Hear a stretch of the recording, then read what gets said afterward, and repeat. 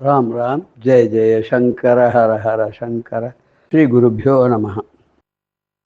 பொதுவாகவே கவிகள் எல்லாருக்குமே ஒரு தனித்தன்மை ஒன்று உண்டு. சில பேர் உபமான உபமயமாக கவி காளிதாசர் மாதிரி சொல்லியிருப்பார். காளமேக புலவர் மாதிரி சில பேர் என்ன சொல்லியிருப்பாருன்னா, ஒரே சென்டென்ஸு 2 விதமான பொருளை கொடுக்கக்கூடியதாக இருக்கும். இன்னும் சில பழமொழிகள் பார்த்தா மேலெழுந்த வாரியாக சில அர்த்தங்கள் இருக்கும். அது உள்ளே போய் பார்த்தா வேறு. அரியும் அரணும் ஒன்று, அறியாதவன் வாயில் மண். இது என்னென்னா, அரியும் அரணும் ஒன்று தான், இதை தெரிஞ்சுக்காத வாயிலெல்லாம் மண்ணுன்ற மாதிரி ஒரு படுறது மனசுக்கு. அப்படி இல்லை, அரியும் அரணும் ஒன்று, ஹரி ஹரன் ரெண்டும் ஒன்று தான், இதை புரிஞ்சுக்கோ. அரி யாதவன் வாயில் மண். ஹரி, அந்த ஹரியானவன் யாதவ குலத்திலே பிறந்தபோது அவன் வாயிலே மண்ணை உண்டு தன்னுடைய அன்னையான யசோதைக்கு அகில உலகத்தையும் 14 உலகத்தையும் அதில் காமிச்சான். அதில் ஒரு கோகுலமும் தெரிஞ்சா, அதில் கோகுலத்துக்குள்ளே ஒரு தேவிக்கு, அந்த தேவிக்கு அதுக்குள்ளே ஒரு யசோதை, அந்த யசோதை ஒரு கிருஷ்ணனை மிரட்டுறது, இத்தனையும் காமிச்சோன்னா அவன் மயங்கி போயிட்டான், என்னென்ன தெரியாத மாதிரி. இப்படி ஒருத்தரும் ஒரு மாதிரி பண்ணிருக்கும் போது அதெல்லாம் படிக்கச்ச ஒரு சின்ன மனசுக்குள்ளே ஒன்று தோணித்து, அரணாரும் அரியும் இணை அப்படின்னு சொல்லணும்னு தோணித்து. இது எப்படின்னா, ஒரு 3 பாசுரங்கள்.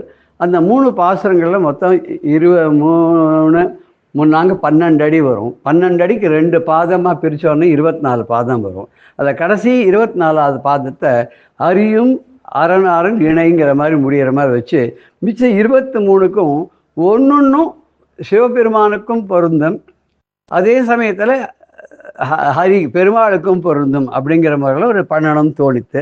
அதனுடைய விளைவாக தான் இந்த வெளிப்பாடு.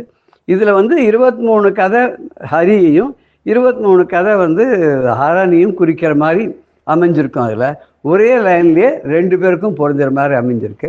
இது ஒரு சின்ன ஒரு ஆசையினால் ஏற்பட்ட ஒரு முயற்சி தான் இது. அநேகமாக அதை கேட்குறவா எல்லாருக்கும் ஓரளவுக்கு பிடிச்சிருக்கும், புரியும் அப்படின்னு நினைக்கிறேன்.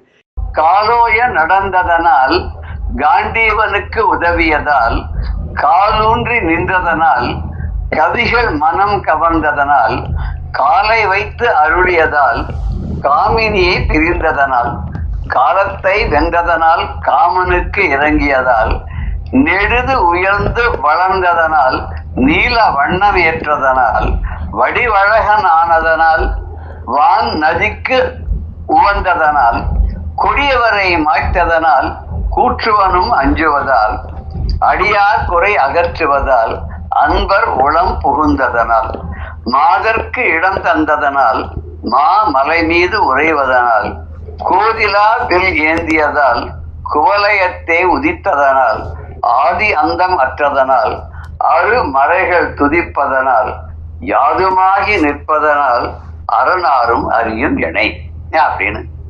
இதுக்கு ரொம்ப விரிவா ஒரு காலட்சேபமா சொல்லணும் அப்படின்னு சொன்னாக்கா ஒரு 3-4-5 கிளாஸ் ஓடும் பாட்டுது.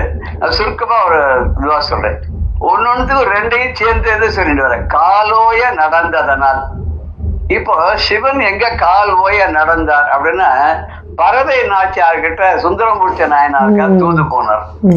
அந்த கதை தெரியுமா? தெரியும் தெரியும். ஆமா, சுந்தரமூர்த்தி நாயனார் முதல்ல பறவை நாச்சியார கல்யாணம் பண்ணிட்டார் திருவாரூர்ல. அப்புறம் கஷேத்திராடனம் போயிட்டு வரேன்னு சொல்லிட்டு போயிட்டு சிவனை சாட்சியா வச்சுட்டு சங்கிலி நாச்சியார்னு ஒருத்திய சென்னையில அங்கேயும் கல்யாணம் பண்ணிட்டார். திடீர்னு அவருக்கு பறவை நாச்சியார் ஞாபகம் வந்தோடனே அவர் கிளம்பி போயிடுறார். அப்போ சங்கிலி நாச்சியாருக்கு கொடுத்த அந்த ஒரு வாக்குறுதியை மீறினால 2 கண்ணும் போயிடுறது. ஒரு பாதி வழி வரும்போது அவர் சுந்தரமூர்த்தி நாயனார் அவர் சிவனை குறித்து பாடுறார். ஒரு நிந்தா துதியா பாடினவருக்கு திருவாரூர் போறதுக்குள்ள 2 கண்ணும் கிடைக்கிறது. பட் பறவை நாச்சியார் ஒத்துக்க மாட்டேங்கிறா. நீ அங்கேயோ போயிட்டு அங்க போய் நீ கல்யாணம் பண்ணிட்ட வேற அப்படின்னு எனக்கு சிவன் என்னோட கனவுல சொல்லிட்டார், ஒன்னு ஏத்துக்க மாட்டேன் அப்படின்ற போது பரமேஸ்வரனை ஒரு கூப்பிட்டு சொல்றாரு, எனக்காக தூது போய் அவளை சமாதானப்படுத்திட்டு வான்னு. சோ அதுக்காக காலோய நடந்ததுனாலும் நடந்து போனார். பறவை நாச்சியார்ட்ட தன்னுடைய இவனுக்காக பக்தனுக்காக தூது போன கதை அது. இன்னொரு கதையா சொல்ல, தாருகாவனத்துல அவர் ரிஷிகள் முனிவர்கள்லாம் தபஸ் பண்ணிட்டு இருக்கும் போது இவர் அந்த வழியா போறார். அவர் அவதூத்தனா போயிட்டு இருக்கார். அப்ப அந்த ரிஷிகள்லாம் அவரை புரிஞ்சுக்காத அவரை ஏளனம் பண்ணி விரட்டுறாங்கிற போது அவர் வாழ்க்கெல்லாம் ஏதோ சாபம் போட்டு விடுறாருன்னு கூட சொல்லுவார். மத்திய மத்தியானத்துல வந்து 12 மணிக்கு உச்சி வேலையில அவள்லாம் வந்து இவாளா போயிடுவா அப்படின்னு சொல்லி, சண்டாளர்களா போயிடுவா அப்படின்னு சொல்லி கொடுத்துருக்கான்னு சொல்லி, அவள்லாம் வந்து சுக்ல யஜுர்வேதம் அதை வந்து ஃபாலோ பண்றவா அப்படின்னு சொல்லி யாக்கியவல்கியருடைய வழியில அவர் தானே பண்ணார் சுக்ல யஜுர்வேதம் இல்லையா? அது அது அங்க வந்து சிவன் அங்க காலோயா நடந்தார் அந்த தாருகாவனத்துல, அந்த கதையை சொல்லலாம். இதையே வந்து காலோயா நடந்ததுனால சொல்லும் போது, பெருமாளுக்கு சொல்லும் போது பஞ்ச பாண்டவாளுக்காக வந்து தூது போனார் இல்லையா துரியோதனன் கிட்ட, அது காலோய நடந்தது, கால் அப்படியே ஓஞ்சி போற அளவுக்கு நடந்து போனார். அது அந்த கதை தெரியும். காண்டீவனுக்கு உதவியதால பாசுபதாஸ்திரம் கொடுத்தார் இல்லையா காண்டீவன் அர்ஜுனனுக்கு. காண்டீவன் அர்ஜுனன், அவருக்கு பாசுபதாஸ்திரம் கொடுத்தார் சிவன். இவர் என்ன பண்ணார், பகவான் தோழனா இருந்து அவருக்கு வந்து அர்ஜுனனுக்கு தேர ஓட்டினார், கீதோபதேசம் பண்ணார். சோ அது காண்டீவனுக்கு உதவியது. கால் ஊன்றி நின்றதனால் அப்படின்ற போது பரமேஸ்வரன் வந்து கால் எங்க ஊன்றி நின்னா பூமிக்கு அடியிலே காலும் ஆகாசத்துக்கு மேல தலையுமாக திருவண்ணாமலையில நின்ன போது காலை தேடிண்டு போறார். பன்றி ரூபத்துல வந்து ஸ்வேத வராக மூர்த்தியா பெருமாள் போறார், கண்டுபிடிக்க முடியல கால். அந்த காலை கீழே ஊண்டின்னு நிற்கிறார். அது அந்த இடத்துல சொல்றத நான் ராவணன்னு நினைச்சேன். ராவணன் வந்து கைலாசத்தை தூக்கரிச்சு இவர் வந்து காலை ஊனின உடனே அது கீழே அமுங்கித்துன்னு அது நினைச்சேன் நான். அப்படியே சொல்லலாம் கட்டவர்களால் கால் கட்டவர்களால் அழித்தனர், அதையும் சொல்லலாம். அது இங்க இன்னும் ரொம்ப பொருத்தமா இருக்கும். இங்க வந்து மகாவிஷ்ணு கால் ஊன்றி நின்றது எங்க அப்படின்னாக்க, மகாபலி பலி சக்கரவர்த்தி கிட்ட யாச்சகத்துக்கு போன போது ஒரு காலை கீழே ஊனி ஒரு காலால மேல ஆகாசத்தை அளந்தாருங்கிறத அந்த இடத்துல சொல்றோம். கவிகள் மனம் கவர்ந்ததனால எல்லா கவிகளாலும் ஈர்க்கப்பட்டவர் அவர். இப்ப வந்து ராமாயண காவியம் எழுதினார் வால்மீகி, அப்புறம் வந்து ரகுவம்சம் எழுதினார் காளிதாசர், இப்படி நிறைய பேர் எழுதினார் இல்லையா. ராமரை பத்தி விஷ்ணுவை பத்தி நிறைய பாகவதம், ஸ்ரீமத் பாகவதம் முழுக்க எழுதினார். கவிகள் தான் வாழலாம். அதே பரமேஸ்வரனை பத்தியும் நிறைய பெரிய புராணத்துல இருந்து, திருவிளையாடல் புராணத்துல இருந்து, ஹாலாசிய மகாத்மியத்துல இருந்து, சிவலீலார்னவர்ல இருந்து நிறைய பேர் பரமேஸ்வரனை பத்தி கவிகள்லாம் நிறைய பேர் எழுதியிருக்கார். அதனால கவிகளுடைய மனசு அவர் ஈர்த்ததுன்னு. அப்புறம் காலை வைத்து அருளியது, மகாபலியுடைய தலையில காலை வச்சு அருள் பண்ணினார். பாதாளத்துக்கு அனுப்பிச்சு அங்க வந்து அவரை பாதாளத்துக்கு இன்சார்ஜா பண்ணி இவரே வாசல்ல நின்று காவல் காத்துட்டு இருக்கார். தன்கிட்ட ஏமாந்த மாதிரி வேற யாரும் இவரை ஏமாத்திடக்கூடாதுன்றதுக்காக பெருமாள் காலை அங்க வந்து கீழே காலை வச்சு அருள் பண்ணாராம். இவர் வந்து சிவன் எங்க காலை வச்சு அருள் பண்ணார்னா, மாணிக்க வாசகருக்கு திருப்பெருந்துறைங்கிற ஊர்ல குருந்த மரத்தினுடைய அடியில வந்து உட்கார்ந்து தட்சிணாமூர்த்தி சுரூபமா காட்சி கொடுத்து தன்னுடைய காலை வந்து வாதாவூரா தலையில வச்சு அனுகிரகம் பண்ணாராம். பண்ணி நீ இந்த கோயிலை புனருத்தாரணம் பண்ணு அப்படின்னு சொல்லி சொன்னார். அது அந்த காமினியை பிரிந்ததனால் அப்படின்னா, காமினி அப்படிங்கிற வரும்போது ஒய்ஃபை பிரிஞ்சாருன்னு அர்த்தம். ஒய்ஃபை பிரிஞ்சு பரமேஸ்வரன் வந்து எங்க தாட்சாயினியை பிரிஞ்சார் இல்லையா, தாட்சாயினியை பிரிஞ்சு ஒரே ருத்ர தாண்டவம் ஆடி அதுக்கப்புறம் தபஸ் பண்ணி மன்மதனால பானம் போடப்பட்டு மன்மதனை எரிச்சு அதுக்கப்புறம் பார்வதி அடையணுன்றதுக்காக தேவர்கள்லாம் கேட்டுன்ற போது பார்வதி கிட்ட போய் காலோய நடந்து, அது வச்சுக்கலாங்க, காலோய நடந்து அங்க போய் பார்வதி கிட்ட அங்க போய் ஒரு யோகீஸ்வரனோட ரூபத்துல போய் நின்று அவளை கல்யாணம் பண்ணிக்கிறது. அது அந்த தாட்சாயினியை பிரிந்தது, காமினியை பிரிந்தது. சீதையை பிரிந்த ராமன், அதனால காமினியை பிரிந்ததனால். காலத்தை வென்றதனால் அப்படின்னா காலம் கடந்து முக்காலத்திலையும் இருக்கக்கூடியவர். ரெண்டு பேருமே எல்லா காலத்திலையும் இருந்தவர். 3 காலங்கள் எப்படி சொல்றது, முன்னாடி வரும்போது இருப்பார். ஆமா இல்லையா, அது பிராக்பூதம், இப்ப வந்து வர்த்தமான பூதம், பின்னாடி வரப்போற காலத்தில் இருக்கக்கூடியவர். 3 காலங்களிலையும் அவ வந்து காலத்தை வென்றவராக அவ இருந்துருக்கா. காலம் மாதிரி போயின்னு இருக்கும், பிரளயம் வந்துட்டு இருக்கும், போயின்னு இருக்கும். பகவான் வந்து யுகம் ஆரம்பிக்கும் போது அந்த ஆலையில படுத்துட்டு கிருஷ்ணனாக வரான்னு சொல்லி நம்ம ஒரு ஐதீகம் இருக்கு. அதே மாதிரி ஊழி காலத்தில் பிரளயத்தும் போது வந்து சிவன் மாத்திரமே தான் இருந்தார், தாண்டவம் ஆடினார் அப்படின்னு ஒரு கதை சொல்றார். அதனால 3 காலங்களே அவ இருந்தா. காமனுக்கு இறங்கியதால் அப்படின்னா, காமன் மன்மதனை எரிச்சுட்டார். முதல்ல பரமேஸ்வரன். அதுக்கப்புறம் பார்வதி தேவி கேட்டுக்கிறா, ரதி ரிக்வஸ்ட் பண்ணியதுனால ரொம்ப அழுது எனக்கு வந்து என்னுடைய கணவனை திருப்பி கொடு, நல்லதுக்காக தான் செஞ்சார் அவர் அப்படின்னு சொல்லி கேட்டதுனால பார்வதியினுடைய அருளால வந்து மன்மதனுக்கு மறுபடியும் உயிர் கொடுத்தாராம். எப்படி கொடுத்தாருன்னா, ரத்திக்கு மாத்திரம் நீ தெரியவே, வேற யாருக்கும் தெரிய மாட்ட, உனக்கு உடம்பு எப்ப கிடைக்குன்னா கிருஷ்ணாவதாரத்துல பெருமாள் வந்து எடுக்கும்போது அப்போ அவருடைய பிள்ளையாக நீ பிறந்து உனக்கு மறுபடியும் ரூபம் கிடைக்கும் அப்படின்னு சொல்லி அவர் காமனுக்கு இறங்கினார். அவர் விஷ்ணு எங்க காமனுக்கு இறங்கினார்னா, கிருஷ்ணாவதாரத்துல கிருஷ்ணருடைய பிள்ளையா பிறக்கிறார் இல்லையா, பேர் என்ன, பிரத்யும்னா பிறக்கிறார். அதனால ரெண்டு பேரும் அந்த காமன் மன்மதனுக்கு இறங்கி வந்திருக்கா. இறங்கி இருக்கனாக்க அவனுக்கு இறங்கி வந்தாலே இறக்கப்பட்டு அவனுக்கு அருள் பண்ணான்னு. அடுத்த பாராகிராஃப்ல வந்து நெடிது உயர்ந்து வளர்ந்ததனால் திருவிக்கிரமன் வந்து முதல்ல வாமனா வந்து கிடுகிடுகிடுகிடுகிற உயரமா வளர்ந்துட்டார். அதே மாதிரி சின்ன ஜோதியா நின்ன பரமேஸ்வரன் திருவண்ணாமலை கிடுகிடுகிடுகிடுன்னு அக்னி சுரூபமா மேல போயிட்டார். அந்த அக்னிக்கும் சரி, அக்னிக்கும் வந்து அடிமுடி ரெண்டும் காண முடியாது, அடிமுடி காண முடியாத அளவுக்கு திருவண்ணாமலையில வளர்ந்து நின்னது. நீல வண்ணம் ஏற்றதுன்னா பரமேஸ்வரன் வந்து ஆலகாலத விஷத்தை உண்டதுனால கழுத்து நீளமா போச்சு. இங்க விஷ்ணுவுக்கு உடம்பே நீளமா தான் இருக்கு. ஆனா ரெண்டு பேரும் நீல வண்ணத்தை ஏற்றார்கள். ரெண்டு பேரும் வடிவழகன்.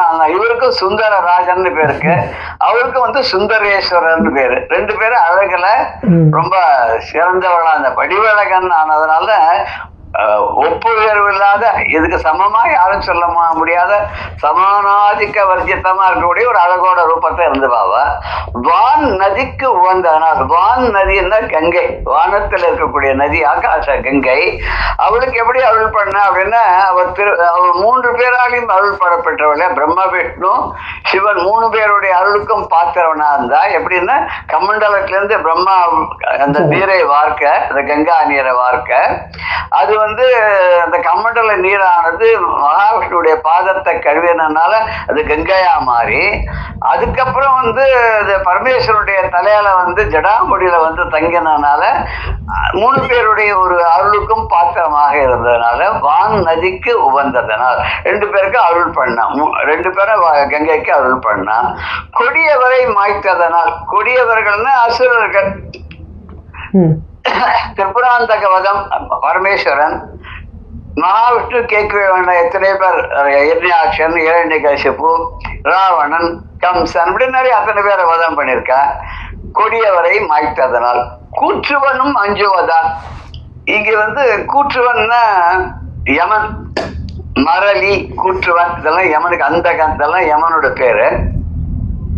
அவன் வந்து எப்படி பயப்படுறான் அப்படின்னா, பரமேஸ்வரனை கண்டா பயம். ஏன்னா மார்க்கண்டேய வந்து பாசக்கயிறு போட்டு இழுக்கும் போது லிங்கத்தை சேர்த்து இழுத்ததுனால அவர் காலால உதஞ்சி பிராணனே போயிடுறது. அப்புறம் அம்பாள் கேட்டு வந்ததுனால அங்க அமிர்த கட்டேஸ்வரர் வந்து அங்க என்ன பண்றாருன்னா யமனுக்கு மறுபடியும் வந்து உயிர் பிச்சை கொடுத்து உடலோட அவனை வரும்படியா பண்றார். அதே மாதிரி அஜாமிடனுடைய சரித்திரத்துல வரும்போது அவன் நாராயணான்னு கடைசி சொன்னால விஷ்ணுடைய பார்ஷதர்கள்லாம் வந்து யமபட்டர்களோட சண்டை போட்டு ஒரு ஐஷன் போகும்போது அவ திரும்பி வெறுங்கையோட யமபட்டர்கள்லாம் போய் யமன் கிட்ட முறையிடுறா, இந்த மாதிரி ஆயிடுத்துன்னு. அப்போ அவன் சொல்றான், அடடா இனிமே வந்து எங்கெல்லாம் வந்து விஷ்ணுவோடைய நாம சங்கீர்த்தம் நடக்கிறதோ, அந்த அவ பக்தாலாம் இருக்காளோ அந்த தெரு பக்கமே போகாதீங்க நீங்க அப்படின்னு சொல்லி ஆர்டர் போட்டானா. அவனுக்கு வந்து பரமேஸ்வரன்கிட்டையும் பயம், மகாவிஷ்ணுகிட்டையும் பயம், எந்த ரெண்டு பேர்த்தையும் பகச்சிக்கப்படாதுன்னு. அதனால கூற்றுவனும் அஞ்சுவதால் அடியார் குறை அகற்றுவார். இவரும் பக்தர்களுக்கு அருள் பண்ணிருக்கார், அவரும் பக்தர்களுக்கு அருள் பண்ணிருக்கார். அதுல பார்த்தா எத்தனையோ 63 கதைகள்லாம் நம்ம பார்க்கிறோம். இங்கேயும் வந்து பக்த விஜயத்துல நிறைய பார்க்கிறோம், மகாவிஷ்ணுவுக்கும் பார்க்கிறோம். அன்பர் உளம் புகுந்ததனால் ரெண்டு பேரும் பக்தாருடைய அன்பர்களுடைய ஹிருதயத்துல வாசம் பண்றா. தாசர்களுடைய அடியாருடைய ஹிருதயத்துல ரெண்டு பேரும் வாசம் பண்றா. மாதர்க்கு இடம் தந்ததனால் அப்படின்னா, மாதர்க்குன்னா பெண்மணிக்கு இடம் தந்ததனால் பரமேஸ்வரன் தன்னோட உடம்புல பாதியை கொடுத்தாரு, இடப்பாகத்தை, இடது பாகத்தை கொடுத்தாலும் மாதர்க்கு இடம் தந்ததனால், இடப்பாகத்தை கொடுத்ததுனால மகாவிஷ்ணு என்ன பண்ணார்னா மாதர்க்கு இடம் தந்தார், தன்னுடைய ஹிருதயத்துல இடத்தை கொடுத்தாரு மகாலட்சுமிக்கு. சோ அங்க இடம்னா இடது பக்கம், இங்க இடம்னா இருக்கை, அங்க உள்ள வசிக்கிறதுக்கு இடம். ரெண்டு பேரும் இடம் கொடுத்ததுனால மாமலை மீது உறைவதனால், இவர் திருப்பதி மலை மேல நிற்கிறார், அவர் கைலாச மலை மேல ஆடின்னு இருக்கார். சோ மாமலை மீது உறைவதனால் கோதிலாதில் ஏந்தியதால், இவர் கோதண்டபாணியா மகாவிஷ்ணு ராமாவதாரம், இவர் பினாகபாணி அப்படின்னு பரமேஸ்வரனுக்கு பேரு. அவரும் வில் ஏந்தின்னு இருக்கார், கையில வில் வச்சிருக்கார். ஒருவேளை அவர் அந்த வில்லெல்லாம் அவருடைய பக்தர்களுக்காக கொடுத்திருப்பாருன்னு நினைக்கிறேன். ஜனகிட்ட கூட இருந்ததோ, ஜனகிட்ட சிவதனுஷ் இருந்தது அப்படின்னு சொல்லுவா. அப்புறம் குவலயத்தை உதித்ததனால், ரெண்டு பேரும் குவலயம்னா இந்த உலகத்துக்கு பேரு. ரெண்டு பேருமே அவர் அவதாரமா பண்ணார். இவர் அப்பப்ப அங்கங்க தோன்றி 63 திருவிளையாடல்களுக்கும் மதுரை எம்பதியில அப்படியே தோன்றினார். அங்க ததாத்மானம் சுஜாமியகம், அங்க நான் என்ன உண்டு பண்ணுவேன், நான் அங்க இருப்பேன், அங்க தோன்றுவேன். அது இதுல ஒரு வித்தியாசம் என்ன அப்படின்னு கேட்டான்னா, சிவன் எங்கேயுமே கர்ப்பவாசம் பண்ணதா கதையே கிடையாது. ஆனா மகாவிஷ்ணு அவர் பிறந்திருக்கார், இவரா பிறந்திருக்கார், கபிலரா பிறந்திருக்கார், அப்புறம் இது வாமனனா பிறந்திருக்கார், அப்புறம் ராமர், பரசுராமர், இப்படி எல்லா அம்சம், பலராமன், கிருஷ்ணர், இது எல்லாமே பூலோகத்துல ஒரு அவதாரம் முடியும். இது மாதிரி 22 அவதாரங்கள்னு மகாவிஷ்ணுக்கு சொல்ற வழக்கம். அதுல மெஜாரிட்டி அவர் தோன்றது கிடையாது. எல்லா இடத்துலயுமே அம்மா வயிற்றுல இருந்துதான் பிறந்து வந்திருக்கார். குவலயத்தை உதித்ததனால்னா தோன்றியதால் அப்படின்னு எடுத்துட்டு இருக்கலாம். இங்க ஆதி அந்தம் அற்றதனால், ரெண்டு பேருக்கும் இது கிடையாது, ஆதியும் கிடையாது, அந்தமும் கிடையாது, முடிவும் கிடையாது. ஆதி மத்தியாந்த ரஹிதான்னு சொல்றோம் இல்லையா, அது எதுவுமே கிடையாது வாழ்க்கை. பரமேஸ்வரன் அப்படிதான், அவருக்கும் அடியும் கிடையாது, முடியும் கிடையாது, அவரை நடுவையும் கண்டுபிடிக்க முடியாது. அப்படி ஜோதி ஸ்வரூபமா இருக்கக்கூடியவர். பெரும்பாலும் அது மாதிரி ஆதி அந்தம் இல்லாதவரா இருக்கார். அவர் எப்போ தோன்றினார் யாருக்கும் தெரியாது, அவருக்கு முடிவும் கிடையாது அப்படின்ற மாதிரி. அருமறைகள் துதிப்பதனால், வேதம். இந்த வேதங்கள் 4 வேதங்களுமே பெருமாளையும் துதிப்பாடுறது, பரமேஸ்வரனையும் துதி பாடுறதுனால, யாதும் ஆகி நிற்பதனால், இதை எங்க பார்த்தாலும் எதுவுமே யோமம் பஷ்யத்தி சர்வத்திர சர்வஞ்ச மை பஷ்யத்தின்னு கீதல் சொன்ன மாதிரி எல்லா இடத்துலயும் இவாதான் நிறைஞ்சிருக்கா, இவாளுக்குள்ளதான் எல்லாமே இருக்கு. ரெண்டு பேருமே சைவ வழிபாடுல இருக்கக்கூடிய ஆளுக்கு ஸ்மார்த்த ஆளுக்கு பரமேஸ்வரன், வைஷ்ணவாளுக்கு மகாவிஷ்ணு அப்படிங்கிறதுனால இப்படி 23 46 இதுல விஷயங்கள் இதுல அடங்கியிருக்கு. இதனால அரணாரும் அறியும் இணை அப்படின்னு ஒரு ரெண்டு பேரும் சமம் தான், இவாவா வித்தியாசம் கிடையாது, ரெண்டு பேரும் ஒரே மாதிரியான காரியங்கள் பண்ணியிருக்கா. ஒரு சில சமயத்துல மகாவிஷ்ணு கிட்ட கூட ஹெல்ப் பண்ண ஆடி போயிருக்கார் விஷ்ணு, பரமேஸ்வரன். அதே மாதிரி பரமேஸ்வரன்ட்ட மகாவிஷ்ணுவும் ஹெல்ப்புக்காக போயிருக்காரு அப்படின்னு ஒரு கதையெல்லாம் இருக்கு, நிறைய இருக்கு நமக்கு. இவர் அவர் பூஜை பண்ணி, மகாவிஷ்ணு பரமேஸ்வரனை பூஜை பண்ணி அவர்கிட்ட சுதர்சன சக்கரத்தை வாங்கிட்டார் அப்படின்னு சொல்றார். அப்புறம் இன்னொரு இடத்துல பரமேஸ்வரன் மகாவிஷ்ணு ஆராதனை பண்ணி அவர் அதுக்கு ஒரு கதையெல்லாம் இருக்கு. ஸோ ரெண்டு பேருக்கும் வித்தியாசம் கிடையாது, ரெண்டு பேரும் ஒண்ணுதான் அப்படின்னு சொல்லி இந்த பாடல்ல சொல்றோம்.